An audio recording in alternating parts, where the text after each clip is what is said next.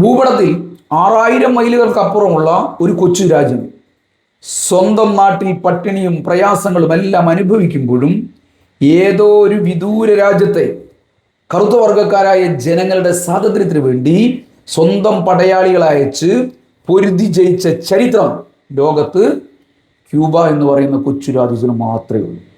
മഹാനായ വിപ്ലവകാരി Nelson Mandela തടവറയിൽ നിന്ന് മോചിപ്പിക്കപ്പെട്ടതിന് ശേഷം ദക്ഷിണാഫ്രിക്കയിലെ ക്രൂരമായ വംശീയ ഭരണത്തെ തകർത്തതിന് പിന്നിൽ സഖാവ് ഫിദൽ കാസ്ട്രോയുടെയും ക്യൂബയുടെയും അവരുടെ വിപ്ലവ സേനയുടെയും ധീരമായ പങ്കാളിത്തത്തെക്കുറിച്ചും അവരുടെ ജീവനെക്കുറിച്ചും അവരുടെ ചോരയെക്കുറിച്ചുമെല്ലാം ആവേശത്തോടുകൂടി ഓർക്കുന്നുണ്ട്, പ്രസംഗിക്കുന്നുണ്ട്. അങ്കോളയിൽ സാമ്രാജ്യത്വ ശക്തികളും ദക്ഷിണാഫ്രിക്കയിലെ വംശീയ വെറിയന്മാരായ പട്ടാളവുമെല്ലാം ചേർന്നുള്ള കടുത്ത ആക്രമണം ഉണ്ടായപ്പോൾ അങ്കോളയുടെ പ്രസിഡന്റ് അഗോസ്റ്റിനോ നെറ്റോ സഹായത്തിനായി അഭ്യർത്ഥിച്ചത് ക്യൂബയോടായിരുന്നു.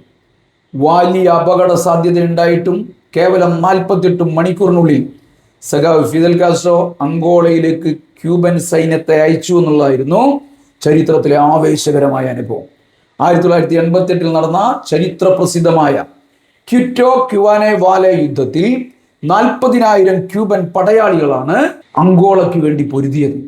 സഖാവ് ഫിദൽ കാസ്ട്രോ നേരിട്ടാണ് ആ യുദ്ധത്തിന്റെ ഓരോ ചെറിയ കാര്യങ്ങളും നിരീക്ഷിച്ചിരുന്നതെന്ന് അങ്കോളയുടെ ചരിത്രത്തിൽ രേഖപ്പെടുത്തപ്പെട്ടിട്ടുണ്ട്.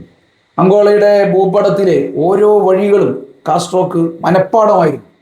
ഭക്ഷണം പോലും കഴിക്കാതെ ഉറങ്ങാതെ മണിക്കൂറുകളോളം അദ്ദേഹം കമാൻഡന്റ് റൂമിലിരുന്ന് പട നയിക്കുകയായിരുന്നു. അങ്ങനെ ആഫ്രിക്കയിലെ ഏറ്റവും വലിയ സൈന്യമായ ദക്ഷിണാഫ്രിക്കയെ ആ കൊച്ചു ക്യൂബൻ പടയാളികൾ മുട്ടുകുത്തിച്ചു എന്നുള്ളതായിരുന്നു ആ യുദ്ധത്തിന്റെ പ്രത്യേകത.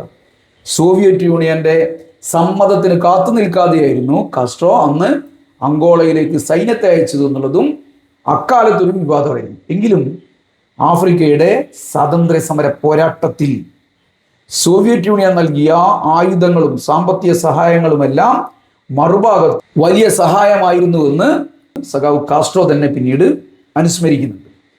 ക്യൂബൻ സൈന്യത്തിൻ്റെ ഈ വീര പോരാട്ടങ്ങളാണ് അങ്കോളയ്ക്കും നമീബിയക്കും സ്വാതന്ത്ര്യം നൽകിയതും ദക്ഷിണാഫ്രിക്കയിലെ വംശീയ ഭരണകൂടത്തെ തകർത്തതും.